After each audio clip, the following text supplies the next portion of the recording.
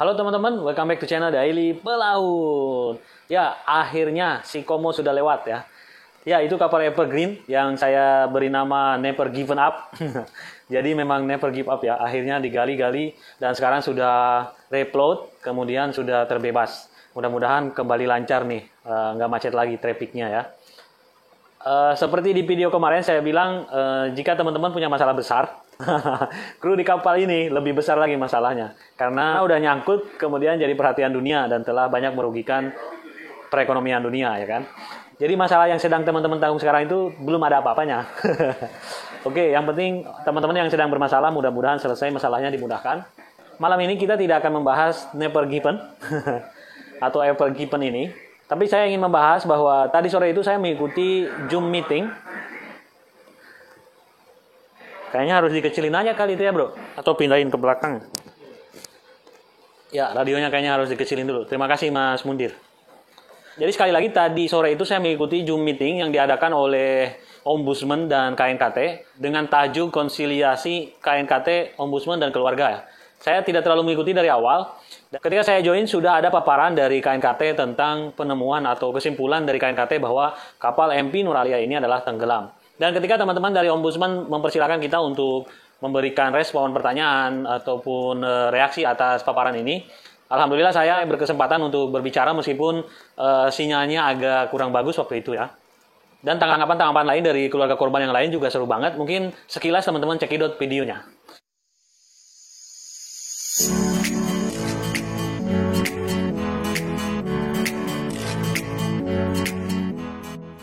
Halo teman-teman, berjumpa lagi bersama saya Bas Denny di channel Daily Pelaut ya. Video referensi pelaut Indonesia.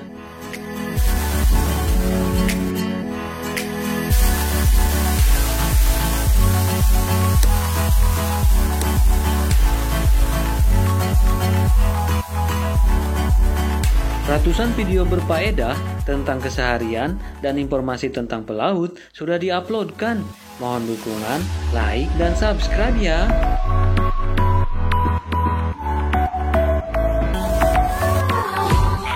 Yang ingin disampaikan mungkin dari pihak keluarga. Saya boleh Pak? Ya Pak Denny Irfan silakan. Ya, terima kasih. Nama saya Denny Irfan dari pihak keluarga. Saya sedang berada di kapal di Saudi Aramco ya. Alhamdulillah bisa berkesempatan. Terima kasih sekali lagi untuk Bapak-Bapak KNKT dan Ombudsman yang sudah meluangkan waktu untuk kita semua di sini. Pertama, saya setuju banget dengan apa yang disampaikan tadi oleh Kapten Ananta Tutong tentang realnya di kapal. Saya kira pasti ada orang selamat itu pastilah, karena kecuali dalam kondisi tidur semua kan. Apalagi ini kapal baru lepas dari pelabuhan, jadi pasti ada yang selamat dan ada yang membunyikan device atau alat seperti keselamatan. Belum lagi live rep, ada beberapa live rep itu pasti kita bisa menemukan lah. Kemudian alat-alat lainnya, masa sih kapal sepenting itu alat keselamatannya yang setiap saat dicek anuali gitu, masa nggak berfungsi semua.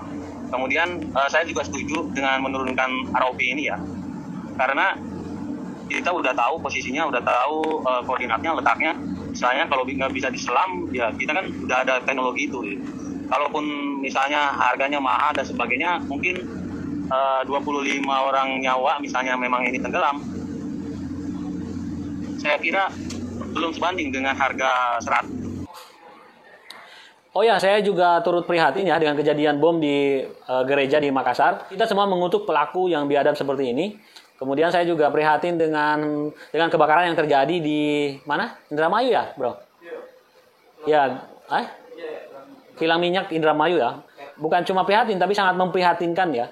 Bahwa aset atau fasilitas yang begitu harusnya safety banget, tetap terjadi kebakaran seperti ini. Mudah-mudahan nanti hasil investigasi memberikan evaluasi agar kita semua menjunjung tinggi safety push ya di site-site yang sangat signifikan buat halayak masyarakat banyak.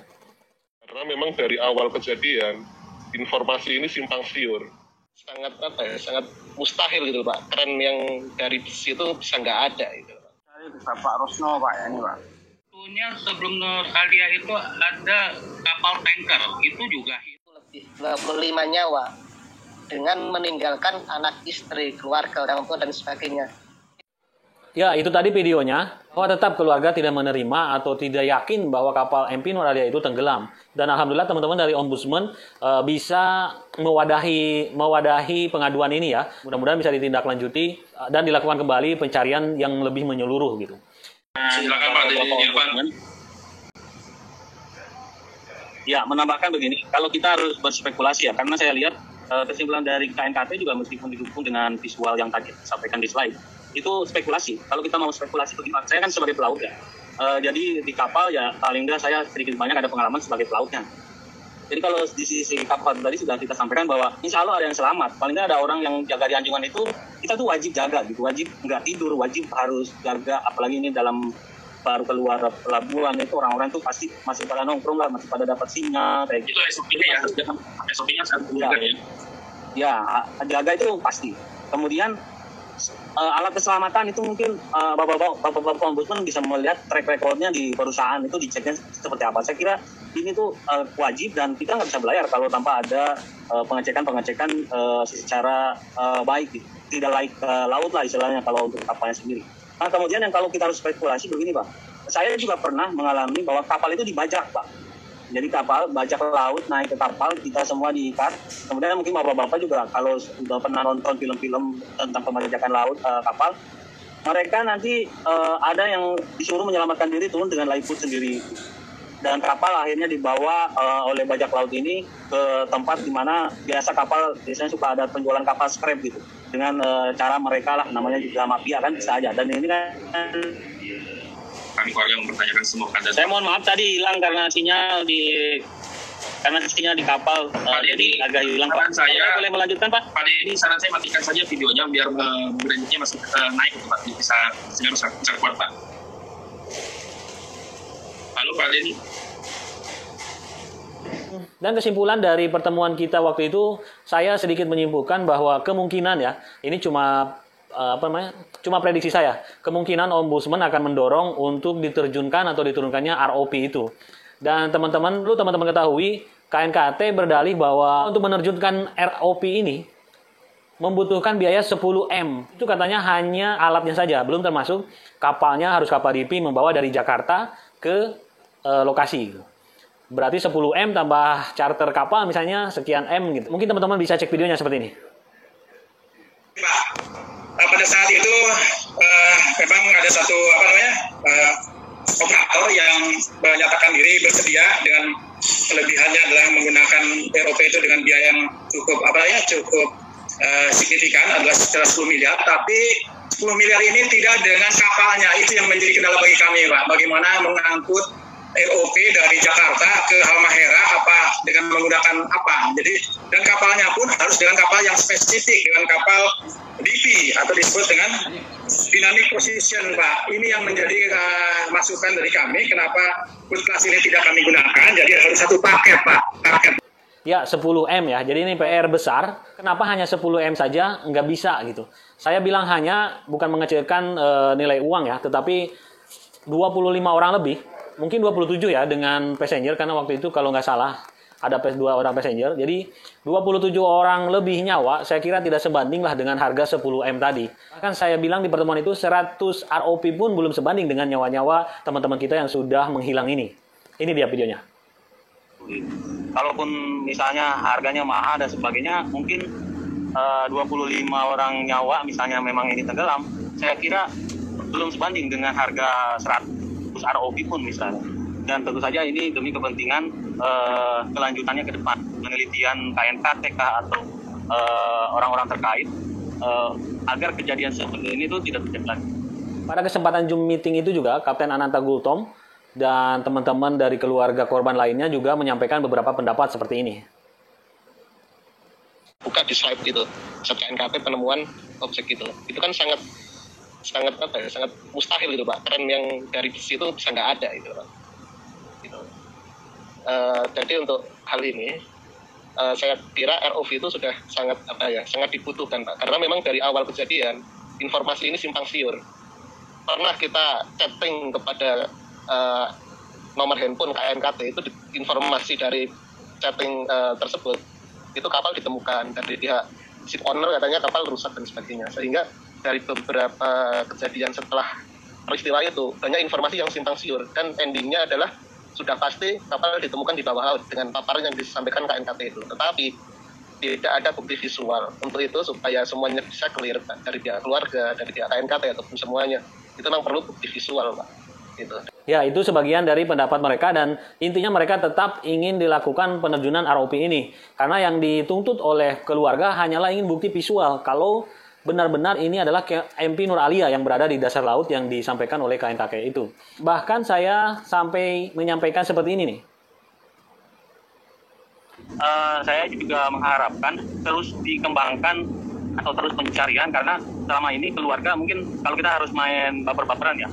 Mungkin seorang pacar harus move on ketika memang pacarnya sudah menikah atau sudah hilang. Mungkin seorang istri harus move on ketika harus membiayai anak-anaknya sekarang.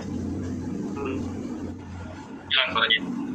Ya, saya sampaikan kalau kita harus baper-baperan, jadi keluarga korban MP Nur Alia ini, misalnya dia seorang pacar, dia harus move on kan. Kalau memang sudah mengetahui pacarnya itu memang jelas-jelas menghilang di tenggelam gitu, atau jelas-jelas sudah meninggal di kapal MT Nur Alia yang real di dalam itu sudah ketahuan secara visual. Kemudian mungkin seorang istri yang punya anak harus juga move on, mencari suami baru misalnya. Ini sekali lagi saya mohon maaf ya kepada keluarga. Bukan berarti saya ingin menggugah kembali rasa kesedihan kita. Tapi ini misalnya seperti itu. Jadi seorang istri harus mencarikan nafkah buat anaknya yang ditinggal suaminya dengan cara move on. Tetapi karena ketidakjelasan ini atau kurang yakinnya bukti-bukti yang disampaikan oleh KNKT khususnya, dan pencarian dari Basarnas dan dari yang lainnya itu tidak menemukan sedikit pun bukti yang approve bahwa MP Nur Alia dan teman-teman kita ini tenggelam, ya nggak bisa move on. Karena mereka tetap akan menunggu, mungkin masih ada peluang pacar mereka akan kembali, suami-suami mereka akan kembali. Karena ini adalah sekedar hilang, bukan meninggal atau tenggelam. Belum kalau kita mau bicarain tentang uang pesangon atau uang asuransi atau misalnya dana kompensasi dan sebagainya ya. Dan bahkan sebelumnya itu dikabarkan bahwa perusahaan meminta teman-teman keluarga ini untuk menandatangani surat pernyataan bahwa bersumpah telah menyatakan bahwa korban adalah tenggelam dengan akan diberikan uang talangan 150 juta. Jadi intinya beritanya masih seperti di video kemarin ya tentang MP Nur Alia ini. Di sini saya ingin mendorong dan tetap semangat kepada keluarga. Ayo kita tetap mendorong teman-teman KNKT dan teman-teman yang berkepentingan di sini untuk menerjunkan ROP ini sampai kita betul-betul melihat visualisasi bahwa benar ditemukan dan approve ini adalah MP Nur Alia gitu. Dan saya juga mengharapkan teman-teman komen dan respon dengan video ini karena tetap tujuan akhirnya adalah kepentingan kita adalah jika memang itu tenggelam ataupun hilang, tentu saja tidak akan kembali, ya kan? Tapi kepentingan kita lebih besar dari itu, yaitu supaya kejadian yang sama ini tidak terjadi lagi berikutnya, gitu. Kalaupun ada kejadian kecelakaan, ya tidak akan hilang begitu saja seperti yang terjadi saat ini, gitu.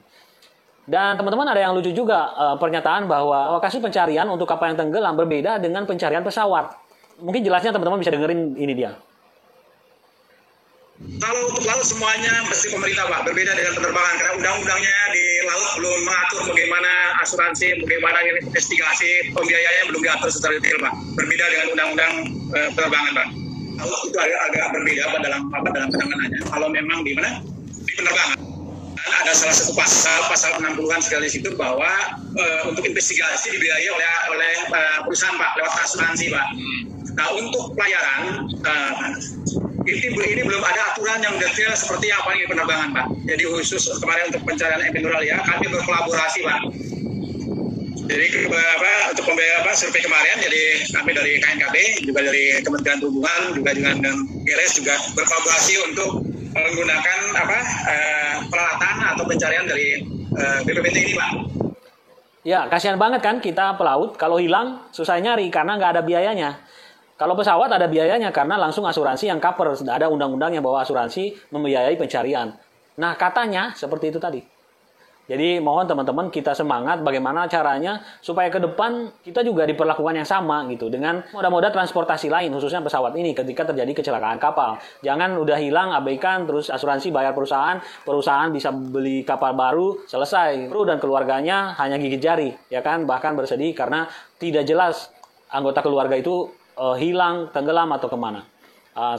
Mungkin teman-teman biar nggak kepanjangan itu aja yang bisa saya sampaikan. Sekali lagi, ayo kita tetap semangat mendorong ombudsman supaya menindaklanjuti ini dan mudah-mudahan ROP meskipun mahal harganya bisa kita turunkan. Sekali lagi harapannya dengan menurunkan ROP bisa di-approve itu adalah MP Nur Alia yang tenggelam, kemudian bisa mendapatkan data-data atau informasi-informasi untuk kepentingan agar next-nya itu nggak ada kejadian seperti ini. Sekali lagi, ayo teman-teman pelaut sebagai solidaritas kita dukung keluarga MP Nur Alia untuk tetap semangat, mendorong ROP ini supaya bisa diterjunkan bagaimanapun caranya.